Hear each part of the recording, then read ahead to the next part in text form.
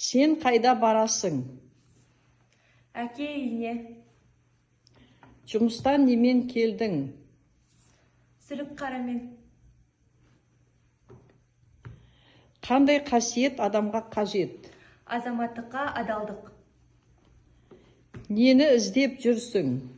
Жоғалған әлемді. Қандай жерден су ішесің? Таза бұлақтан. Сенің қандай киімің бар? Көк жейдем.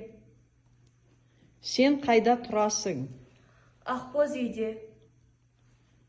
Сенің үйіңде бір-біріне өте жақын адамдар кімдер? Атасы мен немересі. Не оқып жүрсің? Әбіш Кекілбайұлын. Сен кімсің? Мен ұлымын Алаштың. Сен қандай адамсың? Ең күшті адам.